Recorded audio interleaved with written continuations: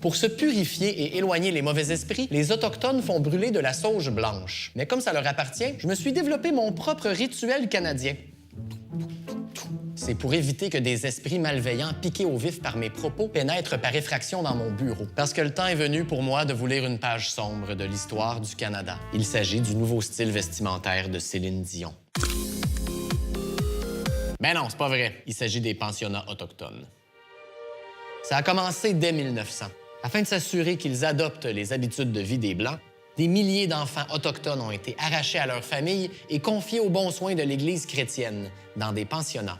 Pensionnat, comme dans quand la cloche sonne à 3h30, tu rentres pas chez vous. Non, non, tu restes là, tu dors là, puis tu sors plus de là. Dans ces invitantes écoles, les enfants ne mangeaient pas à leur faim et ne portaient pas des vêtements assez chauds pour l'hiver. Mais de toute façon, au lieu d'aller faire des bonhommes de neige comme les autres enfants, on les forçait à rester en dedans, à prier et à travailler. Toutes les raisons étaient bonnes pour battre les élèves. Tu parles ta langue maternelle? Comment ça, t'as des traditions ancestrales? Viens ici que je t'humilie. Comment t'as essayé de te sauver pour retrouver ta famille? Viens ici que je te pousse en bas des marches puis que je te donne des coups de pied. Bref, le mot sévère était même pas assez fort, et ça, c'est quand les sœurs et les frères n'en rajoutaient pas en abusant sexuellement des enfants. OK. Non. Pas de fantôme de vieux prêtres pervers ou de bonnes sœurs acariâtres torturées par les remords dans la pièce? On dirait pas. Peut-être parce que le Vatican n'a pas encore reconnu officiellement ses torts. Justin Trudeau est en train de travailler là-dessus. Le gouvernement Harper, lui, a émis des excuses officielles en 2008.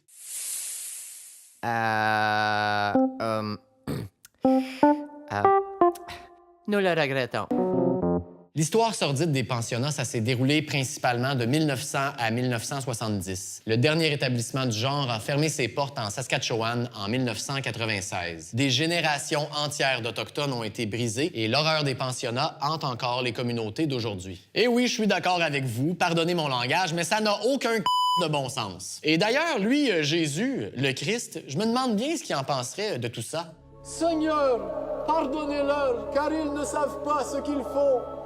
Le problème, justement, c'est que le gouvernement savait très bien ce qu'il faisait. C'était un génocide culturel. Pour mieux s'approprier les ressources et contrôler le territoire, nos anciens dirigeants ont essayé d'assassiner un peuple et de lui enlever sa culture. Oui, c'est raide à avaler, mais ça fait partie de notre histoire. La violence colonialiste envers les peuples autochtones, ça s'est passé partout à travers le monde. Et en ce moment, partout, les Autochtones revendiquent leurs droits et revalorisent leur identité. On peut être fier qu'un des pionniers de cette lutte mondiale vienne de chez nous. En 1923, le chef Mohawk ontarien d'Escahi s'est rendu en Europe et revendiquait un siège pour son peuple à la Société des Nations. Bon, on l'a pas écouté, mais de nos jours, ça commence à changer. En ce moment, au Canada, on parle réconciliation avec les peuples autochtones. Se réconcilier, ça veut dire qu'on pardonne. Les peuples autochtones n'en sont peut-être pas tous rendus là. Tant que leur qualité de vie restera en deçà de la norme canadienne, tant que gouvernement et industrie continueront d'exploiter les ressources naturelles au détriment de leurs territoires ancestraux, et tant que toutes les promesses qu'on leur a faites n'auront pas été respectées,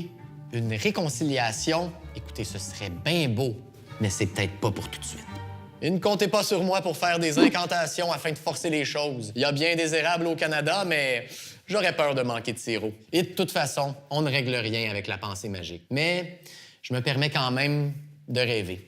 De rêver du jour où les Autochtones seront fiers d'habiter à Québec ou à Chilliwack, à Bouctouche ou à Winnipeg, en Saskatchewan ou en Ontario, ou au Canada, tiens. Après tous ces lieux sur lesquels nous marchons ont d'abord été les leurs. C'est pourquoi plusieurs portent des noms dans leur langue.